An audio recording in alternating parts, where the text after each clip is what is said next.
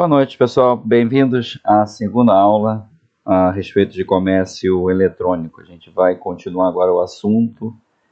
A gente tinha tratado anteriormente na outra aula acerca de comércio, a origem do comércio, como originou todo o comércio, moeda e tudo mais. Agora a gente vai entrar no ramo mais do que a gente vai especificamente tratar na nossa matéria, que é o comércio eletrônico, especificamente o comércio eletrônico. Para isso que essa matéria está aqui, que consta na grade de vocês, para vocês entenderem o comércio eletrônico e as suas nuances, porque a gente vai ver que o comércio eletrônico não é só venda de produtos e serviços, você tem outras coisas também que são comercializadas de forma eletrônica. Então é para isso que a gente está aqui, para entender melhor todos esses conceitos, os componentes, as estruturas, o que pode ser feito no âmbito do comércio eletrônico, o que pode ser comercializado, formas de pagamento, que é um assunto que avançou extraordinariamente para um nível muito avançado, principalmente, sobretudo, as formas de pagamento que a gente vai tratar numa outra aula. Mas, por hoje, o nosso foco é o entendimento a definição de comércio eletrônico, tá? O site da Pagar.me, que é uma adquirente de cartão de crédito, ela define o comércio eletrônico, também chamado de e-commerce, como um modelo de negócio, no qual a operação de compra e venda de produtos ou serviços é realizada pela internet, com o uso de dispositivos eletrônicos como computadores, smartphones e tablets. Ou seja, tudo que a gente... toda aquisição de produto ou serviço que é feita através da internet, seja num computador, no smartphone, no tablet ou numa máquina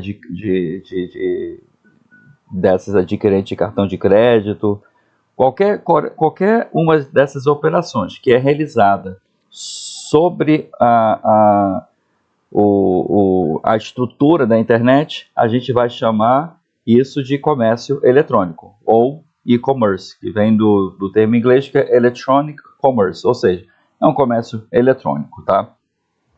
Então essa é a definição que o site da Pagar.me nos dá. Se a gente for parar para ver as definições de outros autores, vai ser algo similar, parecido, não exatamente com essas mesmas palavras. Então vamos avançar agora para os tipos de comércio, tá? Quando você vai entrar no comércio eletrônico, você tem um fluxograma. Então, para você conseguir concluir a tua compra, você vai ter a opção de navegar pelo site, procurar um produto. Você vai ter a opção de consultar agora um produto específico, consultar as especificações de um produto. Você realiza a compra e o pagamento. Tudo isso é feito ali no site de forma eletrônica. Veja bem a diferença que é quando você tem que ir a uma loja física para efetuar a compra de um produto. Você tem que se deslocar da tua casa, seja usando um transporte como um veículo, moto, bicicleta, ou um meio de transporte público, ou um táxi, ou até mesmo a pé. Você tem que ir até a loja física, você vai ter que, dentro da loja, procurar, se informar onde está o teu produto, enfim. Você vai pegar aquele produto ali, ou outros produtos, vai botar no teu carrinho, vai enfrentar uma fila e vai lá fazer o pagamento e vai voltar para casa. Agora imagina você fazer tudo isso sem ter que se deslocar do teu lar. Você tem um tablet, um computador ou um celular na tua mão, você consegue fazer tudo isso sem ter que se deslocar de casa. É claro, tem os prós e contras de como você vai fazer isso, de como isso é feito.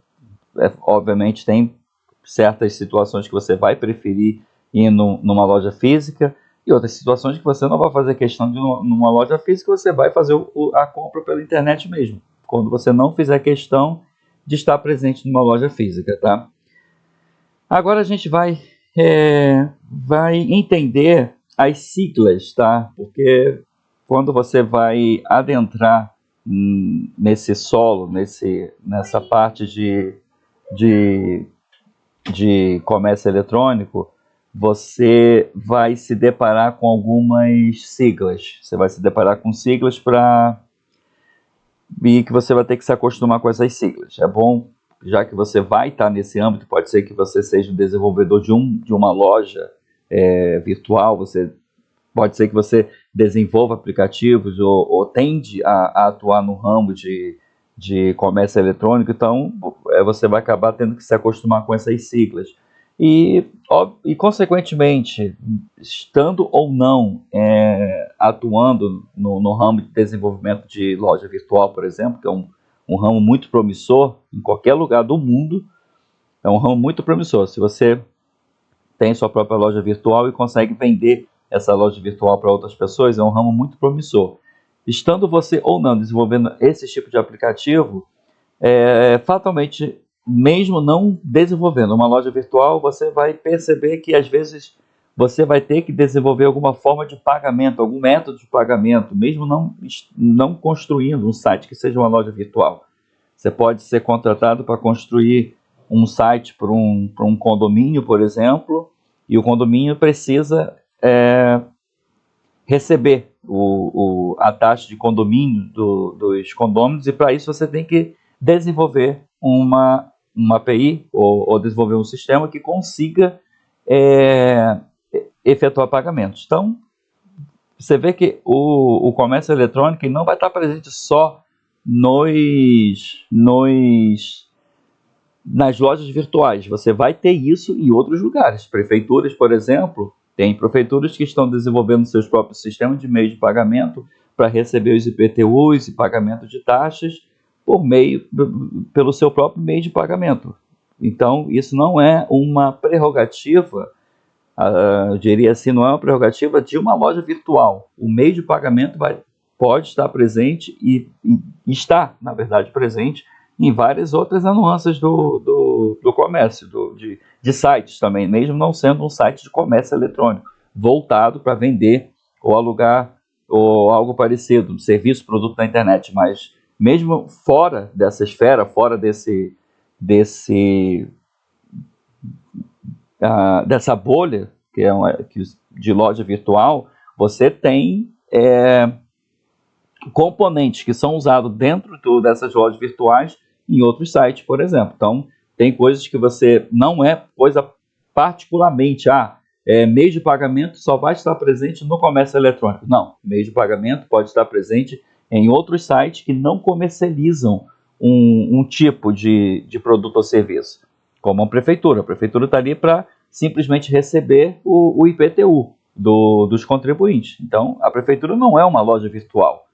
Um condomínio não é uma loja virtual. O condomínio não vende produto, nem vende serviço. Ele simplesmente administra um espaço ali de um condomínio, seja linear ou vertical. Então, você vê que esses componentes de comércio eletrônico, ele não é particular, tá? Ele não é particular de lojas virtuais. E esses componentes estão presentes em outras modalidades também. Por isso que é importante vocês entenderem essas vertentes que a gente vai abordar aqui nessa matéria, que muitas dessas vertentes você vai ver que pode estar presente em outros sites que não seja de loja virtual. E, para começar, vamos falar um pouquinho da sigla B2C. Geralmente, essas siglas ela tem a sonoridade dela em inglês. Você vai ouvir o pessoal diria assim, abordando essas siglas ou pronunciando essas siglas usando sua fonética em inglês. Então, o B2C significa Business to Customer, que está Consumer, mas geralmente a gente usa a palavra Customer também. Ou seja, Business, negócio, to, para, Consumer ou Customer seria cliente. Ou seja, é uma nuance do comércio eletrônico quando o business, que é o negócio, a empresa, está vendendo diretamente para o consumidor, tá? empresas que vendem produto ou serviço diretamente aos consumidores finais. Então a gente vai ver aqui que essa relação, ela tem de um lado a empresa, o negócio, as empresas de um lado, e na outra ponta você tem o consumidor final. Exemplos disso é a Amazon, Walmart, lojas de varejo, por exemplo, Americanas, Casas Bahia, ou até mesmo aquela loja que você abriu lá na internet e está vendendo lá, joãozinho.com, para vender roupas, joãozinho.com para vender mercadorias de supermercado, ou para vender o teu gás. Então você abriu a tua própria loja virtual, você não está usando. A gente vai até indicar mais à frente que você pode ter a tua loja virtual dentro de uma outra loja virtual. Mas no caso de o Joãozinho, eu quero vender cerveja, refrigerante, gelo na internet nas redondezas da minha cidade. Então eu vou abrir lá, compreaqui.com.br. Pronto, eu tenho agora um site na internet onde eu consigo vender a cerveja, o gelo, o carvão e outras coisas assim dessa natureza na internet. Então, você é a empresa. Então, você tem a sua própria empresa, você está vendendo na internet. Então, você também é como a Amazon. A Amazon, além de ter outras lojas virtuais dentro da sua estrutura organizacional, a Amazon também vende os produtos. Eu não sei se você já parou para observar, certos produtos que você vai comprar na Amazon. Às vezes você tem algumas variâncias ali na descrição do produto. Você está comprando o produto e às vezes a descrição está vendido e entregue pela Amazon. Ou, em outras situações, vendido por joãozinho.com e entregue pela Amazon. Ou até mesmo vendido pelo joãozinho.com e entregue pelo joãozinho.com.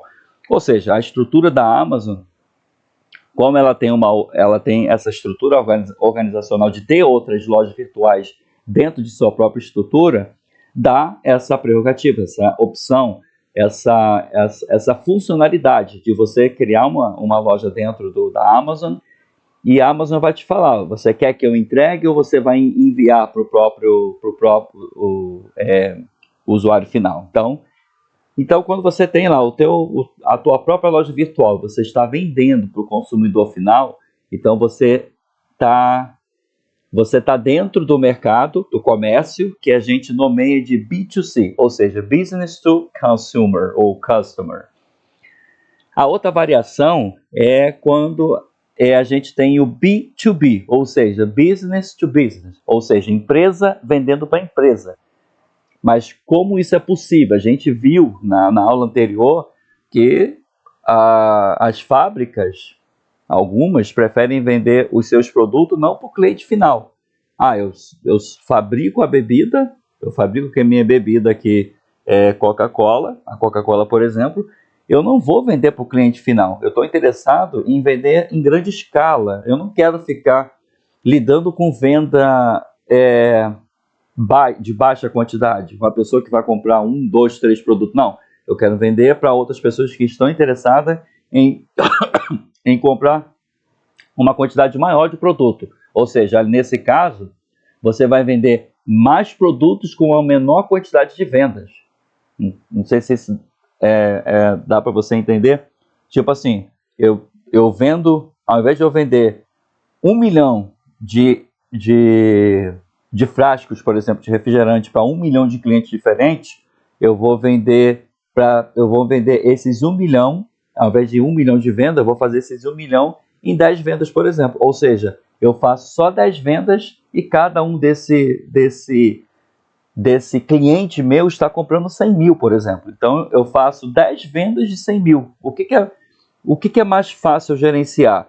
10 vendas de 100 mil ou 1 milhão de vendas? Ou seja, para pensar que pode ser que o interesse de atuação de uma empresa, ela possa variar. Então, eu prefiro fazer 10 vendas no mês a fazer 1 milhão de vendas no mês, porque se eu faço 1 milhão de vendas no mês, eu tenho mais produtos para empacotar, eu tenho mais embalagens para empacotar esses produtos, porque cada produto que eu for vender, ela vai ter que ser embalada, ela vai ter que ser identificada. Então, tem empresas que têm interesse de vender para outras empresas. Aí sim, essas empresas, elas podem ou não, tem empresas que são as distribuidoras, elas podem ou não vender para o cliente final, porque a Coca-Cola, ela vende os seus produtos para as distribuidoras vendem para outros comércios menores, para esses comércios menores então vender para o cliente final. Ou pode ser que um cliente de grande aquisição, de quantidade de aquisição enorme, ela compre diretamente também da fabricante. Então, tem essa variância de negócio que você vai vender para outras empresas. Ou seja, quando uma empresa vende para outra empresa, geralmente é do atacado, indústrias e tudo mais, porque você fabrica, por exemplo, sapato, você precisa comprar couro. De quem você vai comprar esse couro? Você vai comprar de uma outra empresa que vai lá, que trata o couro, que faz o couro ficar pronto para uso. Então, você tem uma fábrica que precisa adquirir, por exemplo, couro para produzir o teu material o teu produto, o teu sapato, a tua bolsa, por exemplo. Então, nesse caso, você tem empresas comprando de outras empresas. Então, é uma nuance também de comércio. A próxima que a gente tem aqui é o C2C, ou seja, Consumer to Consumer, ou Customer to Customer. Ou seja, isso é muito comum, acho que vocês já tentaram vender na internet. Às vezes você anuncia o teu produto lá no Facebook, por exemplo, e espera o contato de uma pessoa. Anuncia o teu produto na OLX, espera o contato de uma pessoa. Ou seja, nesse caso, ainda que você esteja usando uma plataforma na internet, mas você não, a plataforma ela não está envolvida nessa transação. Você consegue vender esse produto sem que a plataforma gerencie pagamento, gerencie frete, gerencie algo parecido. Não, a plataforma só está sendo uma base de anúncio, ou seja, você está anunciando o teu produto ali, pode ser que você pague ou não uma taxa para o teu produto estar ali dentro daquela plataforma, mas você está vendendo, você é um cliente final, você tem um computador na tua casa, eu comprei um computador novo, quero me desfazer desse computador. Então, eu vou anunciar esse computador onde? Eu posso anunciar no Mercado Livre, eu posso anunciar na OLX ou algo parecido. Geralmente acontece muito com veículos. Tem plataformas que ela não vai fazer a transação ou de pagamento de um veículo. Se você anunciar o teu veículo no Mercado Livre, o Mercado Livre só está sendo uma base, por exemplo, para você vender teu carro. O Mercado Livre não vai receber aquele pagamento do teu cliente, não. Você anunciou no Mercado Livre, o outro cliente vai ver o teu produto e vai comprar esse produto diretamente de você. Ele não tá, o produto só foi anunciado ali, mas a transação que vai concluir essa compra, essa aquisição, não está passando pelo Mercado Livre. Você está negociando diretamente com uma outra pessoa o meio de pagamento. A pessoa vai pagar com Pix, ou vai pagar com transferência de TED, ou vai pagar em dinheiro vivo, ou vai pagar com cartão de crédito, se você tiver uma máquina de cartão de crédito para receber, ou um link de pagamento, ou algo parecido.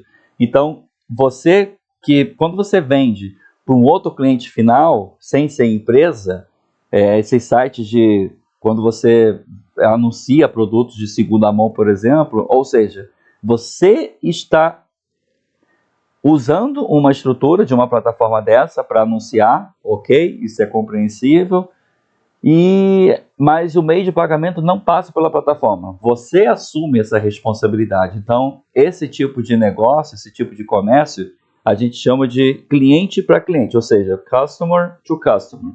consumidores vendem produtos ou serviços diretamente para outros, ou seja, tem plataformas que você anuncia a tua mão de obra, a pessoa vai te ligar, ó, fulano, você anunciou aqui na OLX ou no Mercado Livre que você assenta piso, que você instala ar-condicionado, que você conserta geladeira. Nessa transação, o que você vai fazer? Você vai até a casa da pessoa, você vai efetuar o serviço e vai receber o dinheiro diretamente da pessoa. A plataforma não vai intermediar, eu diria assim, a plataforma não está intermediando o meio de pagamento, ela só está intermediando o marketing, o anúncio, a tua visibilidade na internet para você conseguir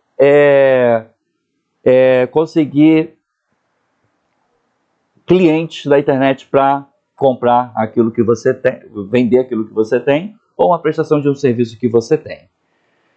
A gente tem também aqui o Consumer to Business, ou seja, consumidores vendem produtos para a empresa. Plataformas de freelance, por exemplo. Aí nesse caso não, em outros casos, você vai vender Isso pode acontecer muito com algo como... O que me vem à cabeça assim de imediato é a Leroy Merlin, por exemplo. Você anuncia lá, você se cadastra no site da Leroy Merlin e você diz, ó, eu sei instalar piso. A Leroy Merlin vai vender o piso para alguém e vai dar a opção, ó, se você quiser, a Leroy Merlin vendendo piso para o cliente final. Se você quiser esse piso, a gente instala para você. O que vai acontecer?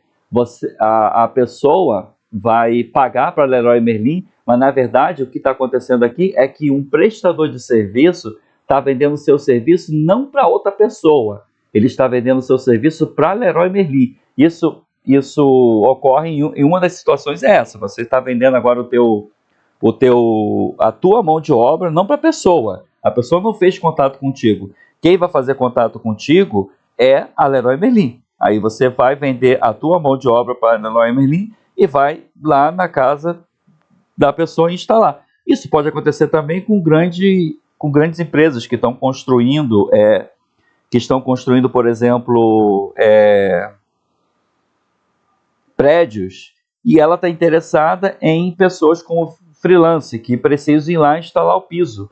Ou eu sou uma empresa de desenvolvimento de software, eu estou desenvolvendo o meu próprio software e preciso de pessoas para desenvolver meu software. Eu quebro o meu projeto de software em pedaço e ofereço a quem tem algum freelancer interessado em desenvolver o meu software. Então, na verdade, o que está acontecendo aqui é que um cliente final está vendendo a sua mão de obra, a sua expertise para uma empresa. Então, eu posso me cadastrar no site dessas empresas que estão construindo um software, por exemplo, e falar, olha só, você precisa que alguém faça uma página inicial para o teu site? Eu sei fazer. Eu vou lá, me cadastro, dou meu valor e a empresa vai dizer, ó, gostei do teu preço, já vi que o teu portfólio é bom, você desenvolve excelentes, belíssimas páginas na internet, eu quero o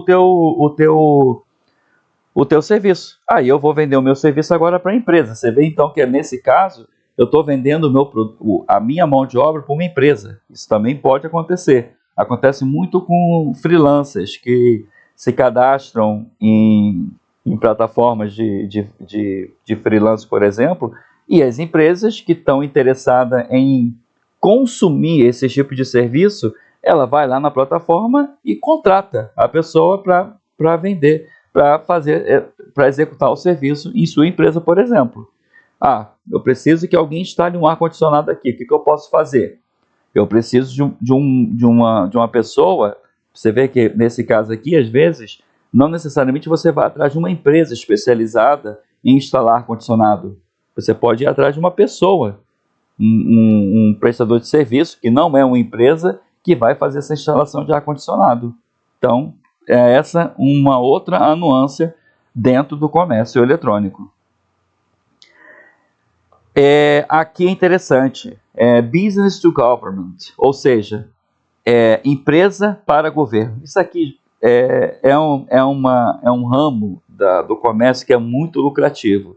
Quando você vai vender um produto ou um serviço para governo, muitas pessoas evitam esse tipo de comércio, esse tipo de comercialização. Por quê? Porque é muito burocrático. Primeiramente, é muito burocrático. Você tem que entender de contratos, você tem que entender de licitações, você tem que entender como funciona todo esse fluxo de licitação que os governos impõem para a contratação de uma prestação de serviço, de uma mão de obra ou de produto, seja lá o que for. Então, empresas também podem vender os seus produtos ou serviços para o governo. Obviamente você já ouviu falar disso. As escolas públicas precisam comprar materiais ou produto de merendas, por exemplo, produtos de limpeza. E quem é que vai vender esses produtos para as escolas? São outras empresas. Aqui é necessariamente obrigatório empresas serem empresas. Aqui você não vai ter o customer prestando serviço, não, porque as leis exigem que você seja empresa para conseguir vender o teu produto lá para o governo. Então, você vai entrar na licitação, fornecendo lá o meu quilo de arroz é R$5, o meu quilo de feijão é R$8, o meu leite pó custa R$14,50, o meu quilo de tomate atualmente está custando R$8 e assim vai. Você vai visualizar os produtos que o governo quer comprar e você vai enviar os teus valores, os teus preços. E depois cabe às regras de licitação eleger a empresa que foi vencedora daquilo ali. Isso não é só para produto, tá? Isso pode ser para serviços também. Às vezes a prefeitura ou o governo do estado precisa que instale semáforos, por exemplo, dentro da cidade. Eu preciso que instale 10 semáforos aqui. Aí você vai ditar quanto que isso vai custar. Você vai ter que incluir a mão de obra de instalação, você vai ter que incluir o valor de cada semáforo, a especificação de cada semáforo. Tem uma regra de coisas que você vai ter que seguir para conseguir vender aqueles semáforos. Ou a prestação de um sistema. Agora o governo precisa que alguém faça um aplicativo onde as pessoas vão conseguir assinar documentos eletronicamente. Então, vão ter várias empresas concorrendo. Então, isso ocorre quando empresas estão vendendo produto ou serviço para o governo. E, obviamente, o governo pode vender ou não produtos para clientes finais, tá? Um exemplo disso, bem clássico, é quando a Caixa Econômica te dá a possibilidade de você adquirir um bilhete eletrônico para concorrer na loteria. Então, certidões, às vezes, que tem que ser pagas para você conseguir alguma coisa no sistema do governo. Então, esses serviços que o governo também vende, eles são vendidos, eles são chamados de D2C, porque são vendidos do governo para o consumidor final, para o customer. E aqui a gente tem, como eu falei para você, tem fabricantes que preferem vender diretamente para o cliente final. Aí cabe ao teu modelo de negócio se adequar. Você pode escolher ou não. Tem empresas que vai preferir, não, eu prefiro fazer 10 vendas a ter que fazer 1 milhão de vendas. Mas tem fábricas menores, que não são fábricas como a Coca-Cola, por exemplo. Tem empresas que são menores, que fabricam os seus próprios produtos e querem vender para o cliente final. Então, nesse caso aqui, por exemplo, na minha cidade, eu quero abrir uma empresa de pré-moldado. Vou vender cumieiras, pingadeiras para as casas. Então, pode ser que não tenha tanta empresa interessada em comprar em grande escala as pingadeiras que eu vou fazer. As manilhas que eu vou fazer, pode ser manilha, ou as lajes prontas que eu vou vender. Então, pode ser que eu não consiga captar tantos clientes assim que queiram comprar em grande escala para revender. O que eu vou ter que fazer então? Eu, como fábrica dessa laje, dessa manilha, dessas pingadeiras, dessas cumieiras, ou coisa parecida, tijolos também, de blocos para construção de casa. Então pode ser que eu, como fábrica, eu não consiga empresas interessadas em revender o meu produto. O que eu vou ter que fazer então? Eu vou ter que vender o meu produto diretamente para o cliente final. Justamente porque no meu modelo de negócio, eu não tenho tanto dinheiro assim para investir ao ponto de vender para outras empresas. Obviamente, se você parar para pensar, tem empresas aí que vendem esses produtos que eu mencionei em grande escala, mas para isso você tem que conseguir uma carta grande de clientes. Você tem que ter uma carta enorme de clientes para conseguir produzir isso em grande escala e revender para esses clientes, para então revender para os clientes finais. Mas um fabricante de manilha, de laje pronta, de blocos, que tenha lá a sua fábrica num quintal pequeno, num pátio, num sítio de construção pequeno, ele não vai conseguir vender isso para outras empresas, até mesmo porque ele não consegue alcançar números expressivos de quantidades fabricadas de forma que ele consiga vender para outras empresas. Não, o que ele vai fazer? Eu vou fabricar e eu vou conseguir clientes para o meu produto, porque eu vou dizer que eu vou estar vendendo a preço de fábrica, ou seja, eu vou fabricar o meu produto e vou conseguir vender a preço de fábrica e dessa forma ser uma forma de marketing para conseguir o engajamento de mais clientes, de mais pessoas interessadas em adquirir meu serviço. Então, nesse caso, no meu modelo de negócio, eu vou vender para o cliente final. Eu vou produzir essas coisas em pequena escala, como não consigo maquinário ou até mesmo espaço para fazer isso em grande escala, eu vou fazer isso em menor escala e vender. Isso é muito comum também em pequenos agricultores, que têm lá a sua plantação no terreno que ele tem lá da família ou seu próprio terreno, e um dado dia da semana, ou em 2, 3 dias da semana, ele leva aqueles produtos até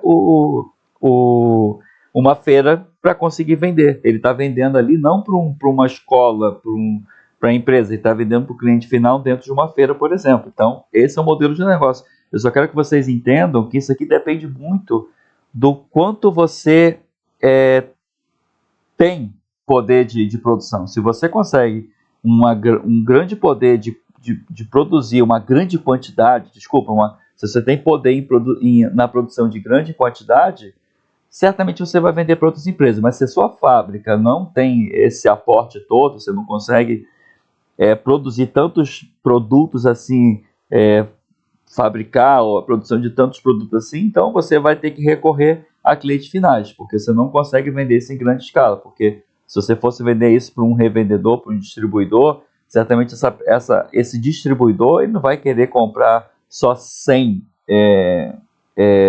cumieiras, por exemplo, para ser vendido. Não, ele vai precisar de mais. Talvez 100 cumieiras seja um cliente que se interessa em comprar da tua fábrica, que precisa colocar a espigadeira na casa dele toda. Mas se você tivesse uma empresa interessada em revender teu produto, 100 não seria uma quantidade suficiente, ele precisaria de mais, porque essa empresa tem lojas, tem lojas de material de construção interessada em revender cumieiro, então ele não vai precisar, 100 cumieiros não vai ser suficiente para ele vai precisar de mais, porque ele vai ter cada uma dessas lojas querendo adquirir 200, 500 cumieiros, e no final das contas você teria que ter um poder de produção de provavelmente de 1.000, 2.000 cumieiras por semana, mas você consegue produzir só 100. E nesse caso, geralmente essas pessoas pedem até mesmo um prazo. Você precisa de 100, então eu preciso de um prazo de 5 dias para produzir essas cumieiras, porque o poder de produção desse pequeno fabricante é pequeno, é baixo. Ele consegue vender para outros clientes, mas não para empresas de distribuidores, por exemplo. Esse modelo aqui é interessante, tá? Porque é business to customer. Empresas que vendem produto ou serviço para outra empresa, que por sua vez vende para os consumidores finais. Empresas que fornecem produto para marketplace. Isso aqui é interessante porque agora, quando você está interessado em vender um produto, você tem lá um produto que você compra de um distribuidor e você precisa vender esse produto. Você tem a opção, que eu tinha falado lá no início, de ter a tua própria loja virtual. Mas vamos agora ver quais são as variações. Primeiramente, se você for abrir o joãozinho.com, que está vendendo lá cerveja, refrigerante, vinho, uísque, carvão, gelo, ele precisa vender esses produtos na loja dele. Ele é uma empresa vendendo para o consumer, para o customer. Nesse caso, ele vai ter que se preocupar com uma outra coisa. Ele vai ter que ter meios de pagamento para as pessoas pagarem. Uma outra forma de você vender, desse Joãozinho vender esses produtos para um cliente final, é ele usar uma plataforma que já tenha meios de pagamento desenvolvidos. Porque se Joãozinho tiver que vender agora no site dele, ou ele vai ter que pagar um desenvolvedor para desenvolver meios de pagamento, aí o desenvolvedor vai desenvolver lá meios de pagamento por cartão de crédito, por Pix, por débito ou alguma outra forma de pagamento, ou ele vai ter que comprar um site de loja virtual já pronto, e nesse site geralmente você já tem lá os meios de pagamento já construído dentro da plataforma. Ou agora você pode simplesmente fazer o seguinte: eu vou anunciar o meu produto dentro da Amazon, dentro do Mercado Livre, dentro do eBay, por exemplo. O que está acontecendo aqui? Quando você anuncia o teu produto dentro dessas plataformas, você, na verdade, está criando a tua loja virtual dentro de uma plataforma dessa. Essas plataformas a gente chama de marketplace. Essas são as famosas marketplace. O que é o marketplace? Ele é basicamente um meio de você reunir várias empresas no local só, e quando você pesquisar um determinado produto, você vai ter aquele produto ali sendo vendido por diversas pessoas. Social commerce é quando você geralmente está anunciando o teu produto lá no... Só para dizer que a gente vai voltar a esse marketplace, tá? Só para deixar ratificado que a gente vai voltar nesse assunto, porque é um assunto que tem muita variação, tem algumas variações interessantes. Então, social commerce, geralmente você também consegue anunciar o teu produto ou o teu serviço. Geralmente as pessoas estão muito interessadas em anunciar serviço dentro de redes sociais, por exemplo. Então a gente chama essa nuance de social commerce. Um outro tipo de comércio, como eu tinha falado lá no início dessa aula, você não vende só produto e serviço. Tem as famosas subscription, ou seja, esses produtos de streaming, eles não estão vendendo um produto ou um serviço. Você pode até chamar de serviço, mas você está fazendo uma compra também que não é uma compra pontual. Você está assinando. Quando a gente fala de subscription, a gente chama isso de assinatura. Ou seja, você paga um valor mensal para usar aquele serviço. Ou seja, é uma outra variação que as empresas, as Big Techs perceberam. Espera aí, já que eu tenho aqui bastante vídeos, bastante séries, bastante filmes, por que não, ao invés de vender um filme para a pessoa, ao invés de alugar um filme para a pessoa, por que não falar para a pessoa: você paga um valor fixo por mês e você pode assistir à vontade os filmes e seriado que eu disponibilizar aqui. Ou seja, esse tipo de comércio a gente chama de assinatura. Você assina uma plataforma de streaming, por exemplo. Exemplos dessa é a Netflix, ou Max, ou Disney, ou a Globoplay, por exemplo, também. Você você paga um valor mensal e você está assinando. Antigamente você podia assinar, por exemplo, jornais. Você pagava um valor mensal de assinatura do jornal lá O Dia, do jornal o Globo, do jornal Estadão, e você recebia na tua casa, dependendo da assinatura que você fizesse, todo dia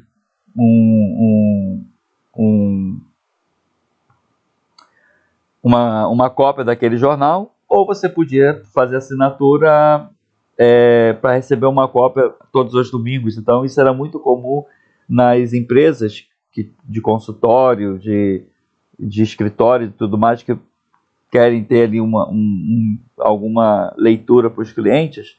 Aí você pagava mensalmente aquele valor e todo dia você recebia um encarte, uma cópia daquele jornal daquele dia. Aí você podia assinar o Dia, o Globo, e todo dia você recebia uma cópia daquele jornal. Isso evoluiu para o streaming. Empresas perceberam que ao invés de, eu tenho 100 filmes aqui, ao invés de tentar vender esses 100 filmes, o que eu vou fazer? Eu vou tentar arrecadar um valor fixo dessas pessoas por mês e, obviamente, essas pessoas vão poder assistir esses filmes, vão poder assistir o seriado que eu disponibilizar aqui. Então, esse tipo de comércio se chama subscription, ou seja, assinatura. Isso aqui a gente já tinha falado anteriormente, que é muito comum quando as empresas precisam vender para as empresas. Eu fabrico couro e quero vender couro não para o cliente final. O cliente final não vai querer o couro bruto. Não, o cliente final não quer o couro bruto. Quem vai querer o couro bruto? É uma indústria de sapato, uma indústria de bolsas, uma indústria de cintos, uma indústria de jaquetas, de calças. Aí sim, essas indústrias estão interessadas em comprar o meu couro, que é um produto bruto. Aí, a partir desse produto, desse couro que eu purifiquei, que eu tratei e tudo mais, que eu hidratei, que eu tive que fazer todo aquele tratamento, a partir desse couro, aí sim, essas empresas vão comprar o couro que eu produzo para fabricar, para fabricar, seja lá, sapato, cinto ou algo parecido. Aí sim, essas empresas eles vão pegar o produto que eu tenho para fabricar o material que eu tenho. Eu não vou chamar isso de produto, porque geralmente as empresas tratam isso, o comércio trata isso como matéria-prima. Ou seja, eles vão pegar uma matéria-prima que eu tenho para fabricação de um outro produto. Então, você vê que nesse relacionamento você tem uma empresa vendendo para uma outra empresa. Então, isso ocorre quando no meio aí industrial, ou até mesmo isso ocorre também com softwares. Você tem empresas como Microsoft que vendem seus softwares que são voltados para o meio corporativo. Se você reparar, quando você vai comprar a cópia do teu Windows, a cópia do teu Windows se chama Home. E o Windows que as empresas usam não é essa versão Home, é uma versão que geralmente chamam de Professional. Então você vê que tem até essa variação de software. Uns são voltados para o usuário final e outros voltados para o usuário que é corporativo. Ou seja, essas empresas já ainda têm a prerrogativa de exigir que, se você for usar o teu software para fins profissional, então você tem que comprar a versão Pro. Você tem que comprar a versão que é profissional, que é corporativa. Quem pode usar aquela versão que é a versão considerada, que chamam de Home, por exemplo, é o cliente final, é a pessoa que vai usar isso para fins domésticos, para fins de lazer, para trabalho escolar, e não para empresas que vão usar o software para fins corporativos. Então, Microsoft, por exemplo, quando vai vender as suas cópias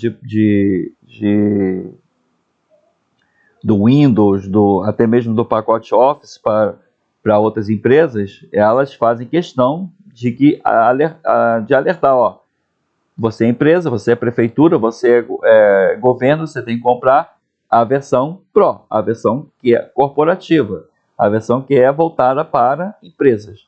A versão Home é para cliente final, é para as pessoas que vão usar em seus lares, em suas casas, para fins de lazer, navegar na internet, ou até para fins de trabalho escolar. Você vai trabalhar lá para fazer o seu trabalho escolar, ou para enviar um e-mail para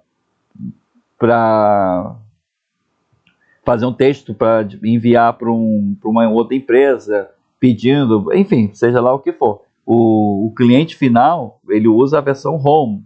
O cliente Pro, o cliente que é corporativo, é obrigado a usar a versão Pro, a versão que é voltada para o âmbito profissional. Então, até no âmbito de software, a Microsoft exige que prefeituras comprem a versão Pro, porque é a versão profissional, e não a versão Home, que é uma versão mais enxuta, uma versão que provavelmente o nível de segurança não é tão alto quanto a versão Pro, as funcionalidades não tem tantas quanto na versão Pro, então essas coisas, essas variações, a Microsoft, por exemplo, acaba retirando. O cliente não vai precisar de um controle forte de VPN, de rede, de controle de acesso, então ele tira essas coisas da versão Home e só deixa essas coisas presentes na versão profissional, por exemplo. Um ramo que é muito interessante a gente tratar, eu queria que vocês também entendessem, isso aqui rende muitos lucros para quem se liga nesse tipo de comércio, que é o Affiliate Commerce. Esse, em português, seria afiliados, né? Comércio de afiliados. Gente, isso aqui é muito, muito interessante. Eu vou tentar explicar para vocês como isso funciona. Por exemplo, se você tem um produto e você precisa de uma divulgação massiva daquele produto ou do teu serviço, você tem não vou te limitar, né? Você não tem duas opções, você tem N opções, mas eu vou aqui listar pelo menos duas opções. Você teria a opção de investir em marketing e divulgar isso em várias redes sociais, em outdoors, em vídeos do YouTube, em vídeos do Vimeo, em vídeos lá dentro de outras plataformas como Globo.com. Você pode também fazer parcerias com influenciadores para anunciar teu produto, ou seja, você vai ter que investir um valor substancialmente alto em marketing para divulgar esse teu serviço. Então, essa é uma das formas. Uma outra forma é você fazer com que outras pessoas divulguem para você. É isso mesmo. É uma nuance de comércio muito interessante, porque nesse caso, você talvez precise anunciar, você tem que anunciar de qualquer forma, você não está isento de anunciar, mas você anuncia o teu produto para pessoas que querem anunciar o teu produto. Como isso funciona? Por exemplo, o exemplo que eu peguei aqui é bem clássico, tá?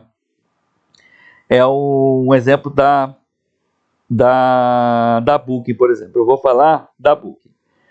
Você já deve ter ouvido falar do site da Booking. Quando você vai lá no site da Booking, uma das opções tem várias opções, é claro, você cadastrar o teu imóvel lá, para você ter um apartamento, teu quarto, que você tem a opção de alugar o teu quarto para outras pessoas, assim como a Airbnb também. Então, uma das opções é você cadastrar o teu imóvel. Você cadastra o teu imóvel e outras pessoas interessadas vão ver que o teu imóvel está lá disponível para alugar e vão alugar.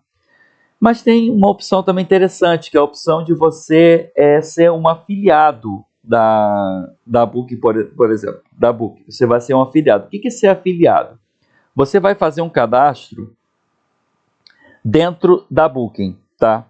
E nessa opção, a Booking, depois que você fizer o teu cadastro de afiliado, que eles chamam de Affiliate Partner Center, que é a parte aqui do Affiliate Partner Center dele, o que vai acontecer? Você vai ganhar um ID. Você vai ter um ID dentro dessa plataforma. Você como afiliado, você não está cadastrando teu imóvel, você não está cadastrando teu quarto, você não está cadastrando nada. Você está simplesmente se cadastrando como um parceiro da Booking. Outras empresas fazem isso também, mas eu peguei o exemplo da Booking porque é o mais clássico, é o mais fácil de eu tentar explicar para vocês. Aí você vai ganhar um ID dentro do site da Booking. O que você pode fazer com esse ID? Se você conhecer alguém que queira viajar e queira alugar um apartamento, o que você vai fazer? Você pode pegar o link desse apartamento e você vai esconder na URL desse apartamento o teu ID. Quando a pessoa abrir o teu link, E uma das informações que vai estar na URL, que é lá na barra de endereço daquele link ali, vai identificar para Booking se foi alguém ou não, se foi ou não um dos seus parceiros quem vendeu, quem enviou aquele link. Sabe o que você pode fazer?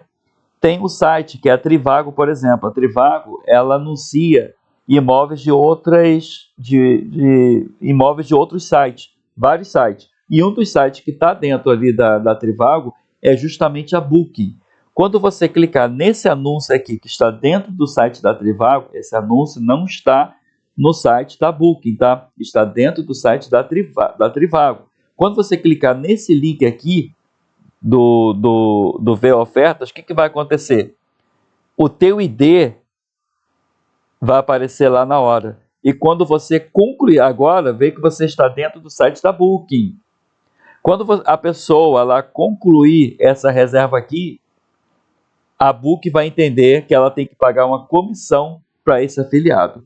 Ou seja, afiliado nada mais é do que você anunciar o produto de uma outra pessoa. Sempre que você anuncia o produto de uma outra pessoa, esse afiliado ele vai ter um ID próprio dele, e quando a pessoa comprar o produto, é como se fosse assim, o velho, diga para a pessoa que eu te indiquei. Ou seja, quando você dá um panfleto na rua e fala para a pessoa, um transeunte que recebeu teu panfleto, fale lá quando você for lá na empresa, diga que foi eu que te dei. Ou seja, quando você consegue fazer com que a pessoa diga lá quando for comprar, quando for fechar uma compra, fechar um serviço, quando a pessoa fala, foi fulano quem me pagou, quem te indicou, tá? Isso fica subentendido o seguinte, que esse fulano quem deu um panfleto vai receber uma comissão. É isso que acontece. Isso acontece muito nas lojas. É claro que você vai em algumas farmácias aí, que o vendedor que está ali, rodando a loja, te dá lá uma cestazinha e te dá um número com cartão.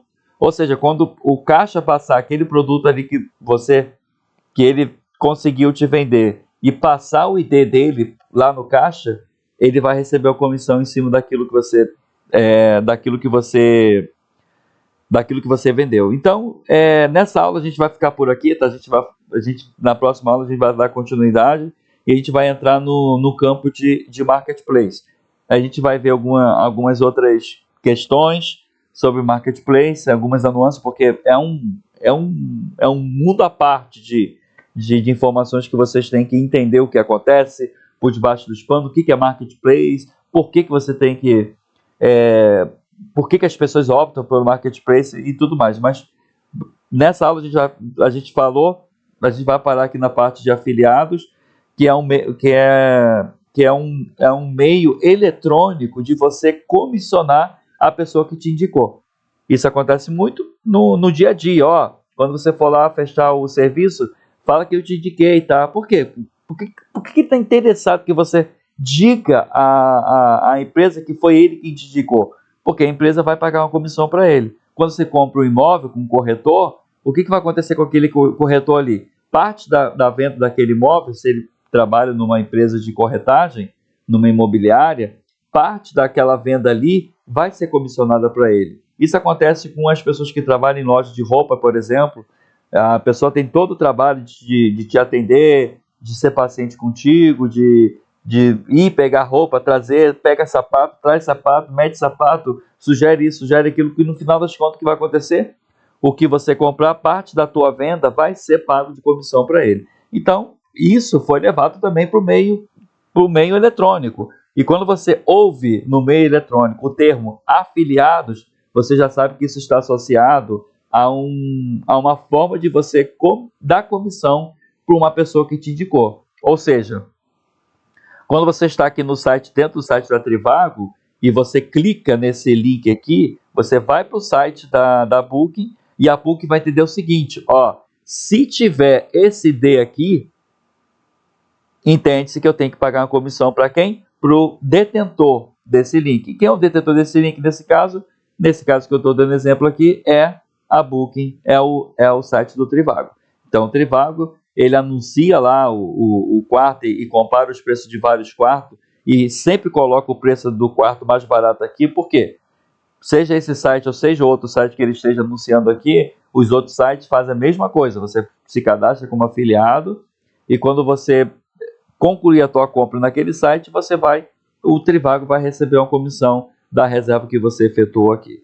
Então, pessoal, foi um prazer estar com vocês aqui. A gente vai voltar para o assunto na próxima aula falando de marketplace. Então, até a próxima aula.